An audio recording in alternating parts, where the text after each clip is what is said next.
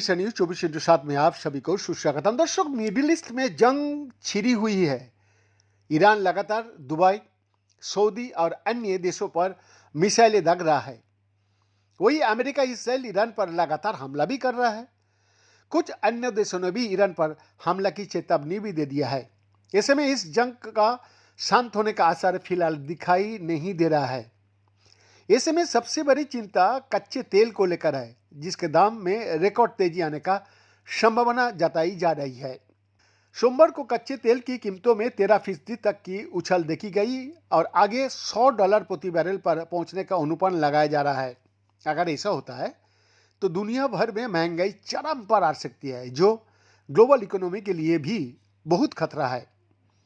तेल की कीमतों में इतनी बड़ी तेजी आने की बजाय ईरान के कंट्रोल में स्टेट ऑफ हॉर्मुज गलियारा है, जहां से दुनिया भर के लिए 40% तेल आयात होता है। इसी रास्ते 20% अन्य गैस या एनर्जी का भी आयात किया जाता है। अकेले भारत 50% कच्चे तेल का आयात करता है। इस एरिया के चौक होने की खबर है, जिसके बाद तेल की कीमतों में इजाफा हुआ है।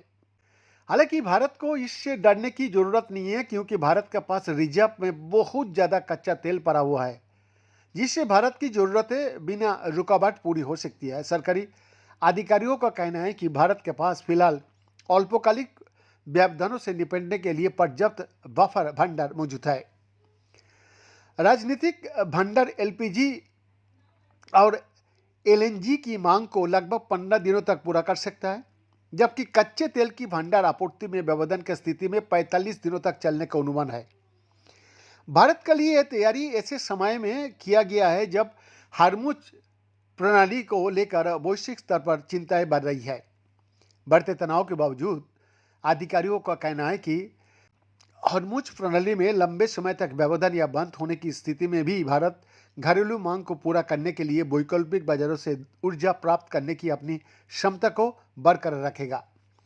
हालांकि निकट भविष्य में भौतिक आपूर्ति में व्यवधान की संभावना कम ही दिखती है। तो अभी कच्चे तेल का दाम इंटरनेशनल मार्केट में $80 प्रति बैरल के आसपास पहुंच चुका है। गौरतलब है कि हॉर्मुज प्रणाली विश्व का सबसे महत्वपूर्ण ऊर्जा परिवहन मार्गों में से एक है, जिससे वैश्विक कच्चे तेल का लगभग 40% और एलएनजी शिपमेंट का लगभग 20% हिस्सा गुजरता है। हालांकि इस क्षेत्र में किसी भी प्रकार की दीर्घकालिक बाधा वैश्विक ऊर्जा बाजारों पर व्यापक प्रभाव डाल सकती है। बीएन का एक्सक्लूसिव रिपोर्ट।